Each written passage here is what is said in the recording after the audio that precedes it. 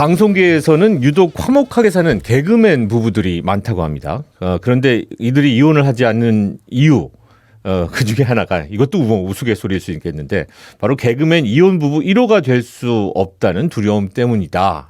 프로그램도 만들어지고 했는데 물론 웃자고 하는 얘기일 수 있지만 요즘 이 건설업계도 1호가 될 수 없다는 긴장감이 돌고 있다고 하죠. 요즘 오늘부터 시행되는 중대재해처벌법 때문이라고 하는데요. 중대재해처벌법 적용 1호 사건이라는 불명예를 안을 경우에 기업의 명성과 또 존립에도 영향을 받을 수 있다라는 판단도 있다고 하는데요. 자, 오늘 류호정 정의당 의원 직접 스튜디오에 모시고 오늘 시행에 들어간 중대재해처벌법과 그리고 또 한전 노동자 고 김다운 씨 사망 사건 그와 관련된 이야기들 좀 나눠보도록 하겠습니다. 류호정 의원님 안녕하십니까? 네, 안녕하세요. 정의당 류호정입니다. 네, 이렇게 또 실제로 제가 처음 뵙네요. 네네, 안녕하십니까? 말도 많고 탈도 많았던 이 중대재해처벌법 오늘부터 이제 시행에 들어갔는데요. 먼저 중대재해처벌법 그 시행의 의미를 한번 짚어보도록 하죠. 우선 이제 그동안 산업안전보건법을 비롯한 뭐 노동관계법 네네. 그리고 또 현실의 그 상황과 국민의 법감정과 맞지 않는 이런 상황들이 있었잖아요. 네. 이런 뭐랄까 벽을 넘어섰다라는 의미가 있고요. 무엇보다도 이제 산업재해를 정말 이제는 없애보자라는 의지가 이제 법으로 반영되었다라고 볼 수 있습니다. 하지만 이제 올해 1월에만 38명이 또 돌아가셨거든요. 하루에 하루꼴로 이제 한 1.6명 정도 맞습니다. 집으로 이제 돌아가지 못한 노동자분들이 계신데요. 네네. 그래서 여전히 좀 개선해야 할 점이 많다. 그렇게 보고 있습니다. 사실 지금 얘기해 주시는 하루에 1.6명 꼴로 이게 사망만 그렇습니다. 지금 상당히 많은 숫자거든요. 사실 그렇죠. 새삼 듣고 나니까는 이게 상당히 심각한 문제다라는 거를 다시 한번 지금 듣고 계신 분들도 공감하면서 좀 놀라시지 않을까라는 생각이 들어요. 여전히 거의 절반 이상이 뭐 끼임이나 추락과 같이 좀 네. 후진국형 사고들이 많거든요. 가야 할 길이 멉니다. 네네. 자, 그런 의미도 있지만 어쨌든 분명 한계도 많이 지적이 되고 있는 것 같습니다. 이 현 중대재해처벌법의 뚜렷한 한계 어떤 점들을 들 수 있을까요? 우선 이제 재작년에 저희가 발의했던 정의당 안을 기준으로 좀 살펴보면요. 네네. 형량이나 벌금의 하한선을 삭제하거나 네. 이제 낮춰서 사실상 좀 완화시킨 측면이 있거든요. 그리고 5인 미만 사업장 적용이 제외가 됐고 50인 미만 사업장도 적용이 유예가 됐어요. 네네네. 그래서 이런 부분들 좀 종합적으로 보완할 필요성이 있죠. 그래서 저희는 지금 이 내용을 반영한 개정안을 발의한 상태입니다. 네네. 이게 사실 뭐 3년 유예 기간이라는 게 단순히 손 놓고 지켜보고 있으라는 얘기가 아닌데 3년이라는 유예 기간을 50인 미만 사업장이나 공사금액 50억 미만의 건설업계 현장에 대한 관리 감독, 특별법 제정 이제 이런 부분들은 분명히 좀 나와야지 될 얘기들인 것 같은데요. 그렇죠. 필요한 부분이죠. 보완을 해야 되고요. 예. 우선 이제 추이를 좀 지켜봐야 하겠지만 건설 현장 같은 경우에는 특히 좀 방금 말씀드렸듯이 좀 후진적 산업재해가 많이 발생하는 곳이거든요. 네. 그래서 뭐 건설 현장 내 발주자라든지 시공자라든지 이런 주체들에게 안전관리 의무를 부여하는 별도의 내용이 필요합니다. 네네네. 이게 지금 얼마나 사실인지는 모르겠으나 이제 이 중대재해처벌법 적용 1호 업체가 될 수 없어서 그럴 수는 없기에 이제 건설업계 오늘부터 웬만하면은 이제 다 집에 가라 일하지 마라 뭐 이런 얘기가 있다고 하는데 이게 혹시 들은 얘기 있으십니까? 저도 듣고 좀 어처구니가 예, 없더라고요. 우선은 1호만 아니면 된다라는 이 안이라는 생각에 좀 화가 많이 났습니다. 네네. 아무래도 이제 막 시행되는 법이다 보니까 좀 산재 예방을 위해서 정부에서도 노력을 하고 뭐 각계 부처들이 이렇게 노력을 다 하고 있는데 네. 1호만 아니면 된다라는 것은 결국에는 예방이 없다라는 거잖아요. 그러게요. 그동안 이 시행까지 기간을 두고 또 유예 기간을 두고 한 것은 준비를 하라는 이야기였거든요. 네네. 그런데 1호만 피하면 된다라는 것은 지금 이 시간들을 또 무용지물로 만드는 것이잖아요. 네. 그래서 매우 유감스럽다. 그러니까요. 네, 예. 그렇게 봅니다. 그냥 지금 유예 기간을 그냥 보내온 것은 아닌가 걱정이 되는 그렇죠. 이야기인 사실 거죠. 최근에 예. 벌어진 이런 뭐 광주에서의 사고라든지 그러게요. 또 그 이제 고 김다운 노동자님이라든지 네네네. 이런 부분들을 보면 손 놓고 있었던 게 아닌가 싶은 거죠. 그러니까요. 지난해 6월에 일어난 이, 광주 학동 철거 붕괴 사고, 예, 그리고 또 화정동 사고, 현대산업개발이 지금 처벌 대상에서 제외되는 그런 상황인 거죠?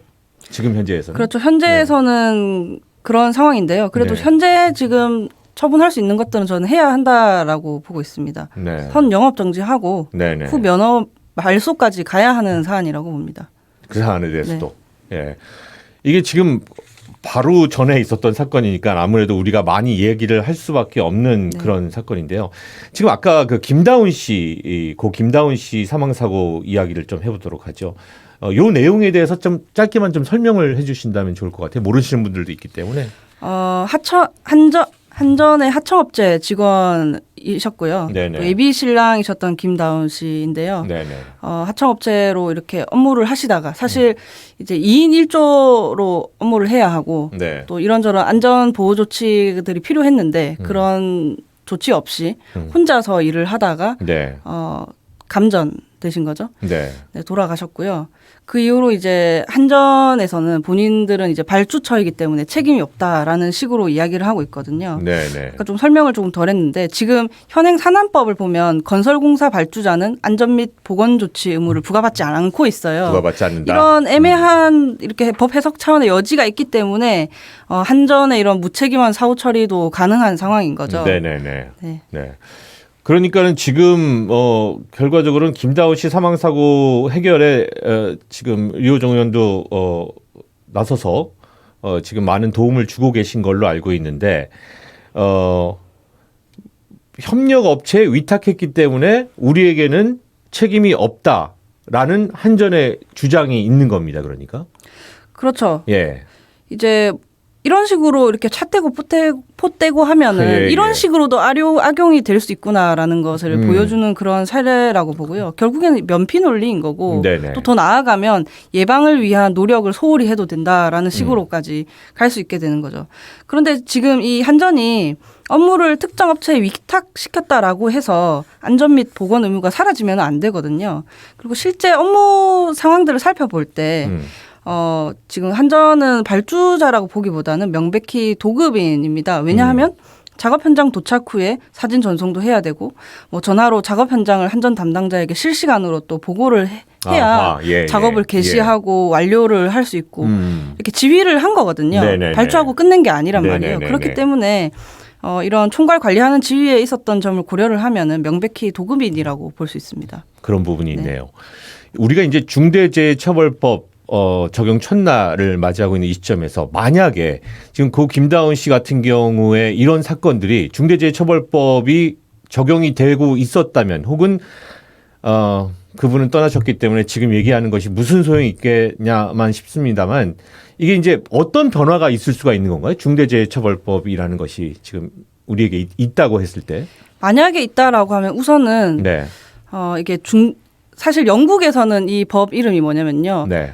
그 기업 살인법입니다. 기업 살인법. 안전에 대한 네. 의무를 다하지 않아서 노동자가 사망에 이르르는 이런 살인을 한 셈이다. 살인을 네. 한 거나 다름없다. 돈 때문에 사람 죽인 거나 다름없다라고 네네네. 보는 거거든요. 네네. 그렇기 때문에 우선 중대재해기업처벌법이 있었다면 안전에 대해서 조금 더 관리를 했겠죠. 네네. 2인 1조로 이렇게 작업을 하는지 좀 더 꼼꼼하게 살펴봤을 것이고 발주할 때부터 안전에 대한 비용도 지불을 했을 것이고요. 네네. 그리고 만약에 이런 큰 재해가 발생했을 때 벌금이라든지 징역형에 처하고 그것이 그 소위 말하는 바지 사장만 처벌하는 것이 아니라 네네. 원청의 경영자까지 처벌할 수 있게 함으로써 네네. 처음부터 조심하게 만드는 거죠. 그렇죠. 네. 그렇죠. 자, 이 법이 정말로 잘 적용되어서 오늘이 첫날입니다. 예. 좀 이 업계에 많은 변화들이 생기길 바라고요. 자, 20대 대선 이야기도 좀 우리가 나눠보도록 하겠습니다. 내일이면 이제 대선이 40일 앞으로 다가오고 있는데 이 시점에서 자, 당초 30일이나 31일쯤에 예정되었던 이재명 윤석열 후보 간의 TV 양자 토론이 법원이 가처분 신청을 했었고 이제 받아들여졌고요. 자, 여기에서 오늘 지금 방금 들어온 속보까지 만나보신 네. 상태인 거죠. 네. 결과적으로는 윤석열 후보 측에서 둘이 하자. 그랬다가 민주당 쪽에서 그러면은 둘이 하는 것도 하고 넷도 하자라는 얘기까지 지금 제가 들었거든요. 제가 참 예. 양비론이 안 좋은 거라고 하는데 네. 어떻게 도대체 이 상황을 받아들여야 할지 모르겠어요. 처음에 양자 네. 토론을 하자고 했고 가처분 신청이 그러니까 법원에서 하지 말라라고 한 거잖아요. 양자 네네네. 토론을. 그랬더니 그러니까 방송에서 하지 말라라고 한 거니까 방송이 아닌 곳에서 하자라고 국민의힘에서 또 제안을 한 거잖아요. 그래서 처음에는 민주당에서 그래 뭐 법원이 뭐 시킨 대로 해야지 하다가 다시 결국 받아들인 거잖아요. 이런 상황들을 보면 국민의 알 권리라든지 민주주의가 보장하는 이 다양성이라든지 가치와 원칙을 다 훼손하고 있는 것이거든요. 결국에는 정치라는 거는 그 커다란 기득권 두 정당밖에 할 수 없는 것인가? 말할 기회라는 것도 결국에는 기득권만이 가능한 일인가? 뭐 그런 생각도 좀 들고요. 그러게요. 매우 비판적입니다. 네. 지금 현재 상황은 그래서 이렇게 되면은 30일이나 31일 날 두 후보가 토론을 하고 그리고 또 사자 토론도 이어질 수 있는 상황. 그렇죠. 법정 토론은 하게 되어 건데. 있으니까 아마 하는 거고요. 예. 이거를 안철수 후보나 또 정의당에서는 받을까요? 저는 지금 방금 그 뉴스를 네. 보자마자 네네. 화가 이렇게 확 올라오더라고요. 예. 그래서 저 그냥 두고 보지는 않을 것입니다. 네. 네네네. 자, 이 토론이 이제 다자 토론과 그리고 또 양자 토론, 이것에 대한 이제 서로의 입장들이 다 있는 것 같습니다. 이 토론을 한다라고 했을 때 어떤 누구에겐 유리할 것이고 혹은 뭐 불리할 것이다. 뭐 여러 가지 이야기들을 나름대로 하게 되는데, 리 의원님 생각은 어떠십니까? 토론이라는 것은 네. 중요하죠. 서로의 생각을 알 수 있고 또 어찌 보면 또 해결책을 찾아 나갈 수 있는 방법이기도 하고요. 네. 근데 지금 같이 1대1 토론에 합의를 하는 것은 기존의 민주당과 국민의힘이 서로가 서로를 물어뜯으면서 우리가 더 잘났네 마네 이렇게 떠들었지만 사실 이 기득권을 지키는 것에 있어서는 별다를 바 없이 담합을 한다. 뭐 독과점 아닙니까 이게 지금. 지금 이러한 태도는 반드시 고쳐져야 한다. 그렇게 생각합니다. 네네네네. 자, 이 심상정 후보만 놓고 이야기를 하자면 여전히 지금 한 2.3%대에 2~3%대에 이제 지지율을 벗어나지 못하고 있는데, 자, 현 상황에서의 이제 대선 완주는 어떤 의미가 있을 것이며, 그리고 또 지금 이 시점에서 심상정 후보가 보여줄 수 있는 모습, 가야 될 방향 어떤 게 있을까요? 물론 선거에 출마해서 끝내 집권을 하는 것이 정당이 가져야 할 궁극적인 목표라고 생각합니다. 저도 제가 대변하는 분들을 위해서 더 많은 권력을 갖고 싶다, 권한을 갖고 싶다 그런 네네네. 생각들을 하는데요. 그런데 이제 이런 선거의 의미는 단순히 당선자를 선출한 1등을 골라내는 것에서 그치지는 않는다라고 생각합니다. 네. 한 후보를 지지하는 것을 지지율로 보여줌으로써 그 가치가 이만큼 사회에 필요한 가치구나라고 우리가 생각할 수도 있게 되고요. 실제로 정책에 반영이 되기도 하고요. 네네. 진보 정당이 내놓은 뭐 무상 의료, 무상 급식 뭐 이런 부분들이 또 20여 년에 걸쳐서 많이 반영이 되질 않았습니까? 그래서 이번 심상정 후보가 하신 말씀이 지지율 등락에 연연하지 않고 해야 할 일을 하겠다라고 선언을 하셨었거든요. 네네. 그래서 이렇게 지금 토론에서부터 볼 수 있듯이 두 당의 기득권 논리에서 배제된 지워진 사람들의 목소리를 찾겠다, 대변하겠다. 그런 마음으로 선거에 임하고 있습니다. 그런 노력들은 그래서 완주를 하면서 끝까지 견지돼야 될 것이다. 예를 들면 공론장에서 노동의 목소리가 요즘 잘 들리지 않고 있고 네. 뭐 성소수자라든지 맞습니다. 장애인, 이주민 맞습니다. 많은 약자들의 목소리가 들리지 않고 있거든요. 너무 기상천외한 얘기들이 많이 나오다 보니까 그런 그렇죠. 이야기들을 자극적인 이야기가 네네. 더 많이 줄을 이루고 있는데 토론장에서 이 지워진 분들의 목소리를 심상정이라는 사람을 통해서 저희가 대변할 수 있는 거죠. 네. 약자들의 스피커가 되겠다. 네. 그런 마음입니다. 그런 사람이 좀 필요하긴 하다라는 것에 대해서는 요즘의 흐름에서는 저도 동의하는 바입니다.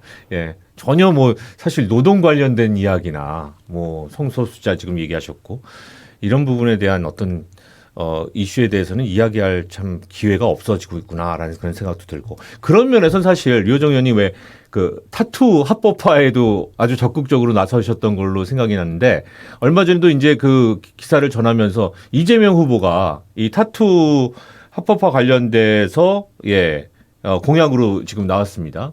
예, 어떤 그 정책 연대라든지 예, 어떻게 보십니까? 뭐 저는 뭐 정책 연대라고까지 말하는 건 조금 네네. 거창한 것 같아요. 네네. 왜냐하면은 이제 저뿐만 아니라 뭐 민주당에서도 국민의힘에서도 이 타투 합법화 법안을 발의를 했거든요. 네네.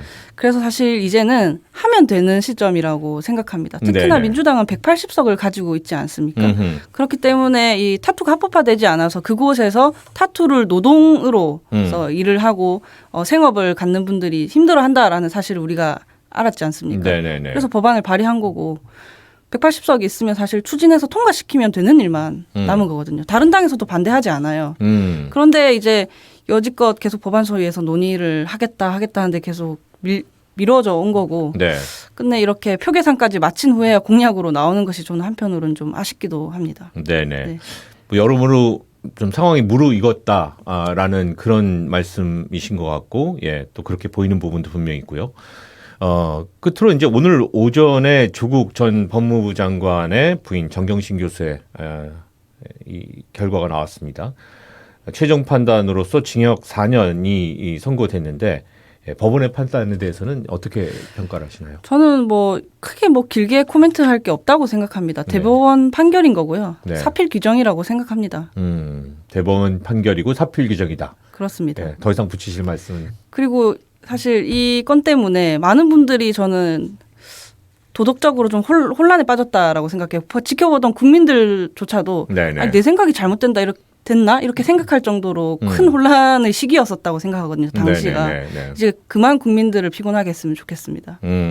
판결 나왔잖아요. 이제. 네네네. 오케이, 알겠습니다. 지금 여기에서 그 여가부 폐지나 여성 할당제 폐지에 대한 그런 또 국민의힘의 입장이 있고요. 예, 정의당에서는 또 어떤 이야기가 가능할까요? 저희 정의당 같은 경우에는 여가부는 폐지하기보다는 확대 강화해야 한다라는 확대 입장을 강화. 가지고 예. 있고요. 예.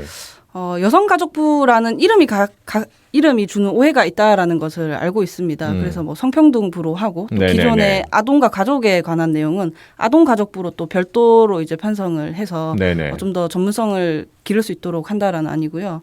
여성 할당제 폐지라는 단어는 저는 좀 허공에 대고 하는 말인 것 같아요. 왜냐하면 우선은 사기업에는 여성의 채용을 강제하는 할당제는 없습니다. 없는 거예요. 네네. 없고요. 그리고 이제 공공부문 같은 경우에는 이름이 여성 할당제가 아니라 양성평등 채용 목표제입니다. 정확한 네. 타이틀이요? 네, 정확한 타이틀은 그런 거고 그래서 특정성이 70%를 넘지 않게 하는 아니고요. 2015년 이후부터는 남성이 더 많이 그 채용을 받고 있거든요. 그렇다면 뭐 없애야 되냐? 그렇진 않습니다. 왜냐하면 특정성이 너무 많이 쏠려 있으면 이게 공공 서비스이지 않습니까? 네. 다양한 이 삶의 형태를 가진 시민들을 이해하고 또 서비스를 하는데 또 저해가 될 수 있기 때문에 저는 젠더 편중이 되지 않는 것도 필요하다고 보거든요. 네. 그래서 여성 할당제 폐지라는 거는 어떻게 보면 좀 구호에 불과하다. 선동이다. 그렇게 네네네. 생각합니다. 마지막으로 하나요. 국민의힘에 대해서 참 나쁜 정치 한다라고 이야기를 하셨는데 이게 어떤 얘기였는지. 이번에 이제 여성 할당제 폐지를 하겠다라는 메시지를 보고 문득 든 생각인데요. 네네. 뭐 그간에 이렇게 쌓여온 경험도 있고요. 젠더 갈등이 있죠. 젠더 격차가 존재합니다. 그런데 정치권은 저는 이 갈등을 모아내서 조율을 해서 해결책을 제시해야 한다라고 생각을 하거든요. 그렇죠. 네. 그런데 요즘 이 국민의힘이 보이는 행태는 그 문제점을 해결할 방안을 제시하는 것이 아니라 공론장에서 자극적으로 외치기만 할 뿐 실제 국회 안에서 그러면 논의를 하질 않는 거예요. 예를 네네. 들어서 성범죄 처벌 강화를 해야 한다라고 합니다. 뭐 무고죄도 또 한편으로 강화를 해야 한대요. 네. 저는 뭐 동의하지 않습니다만 어쨌든 이 두 부분은 법 개정이 필요한 거거든요. 네네. 그럼 법안 소위에서 논의를 하면 되잖아요. 네네. 그런 건 하지를 않아요. 논의는 하지 않고 아무런 결과도 나오지 않고 네네. 그 갈등을 이용해서 표만 끌어들이려는 표 계산만 하고 있을 뿐이다. 그렇게 보고 있습니다. 그래서 국민들의 삶이 나아지지 않고 5년 전에 이야기하던 그 문제 5년 뒤에 또 얘기하고 있고 나아지질 않는 거죠. 내 삶이. 그런 의미에서 참 나쁜 정치다. 네. 라고 얘기하셨다. 알겠습니다. 오늘 유호정 정의당 의원과 함께 오늘 시행에 들어간 중대재해처벌법과 그리고 또 전국 현안에 대한 견해 함께 나눠봤습니다. 유호정 의원님 고맙습니다. 네, 감사합니다.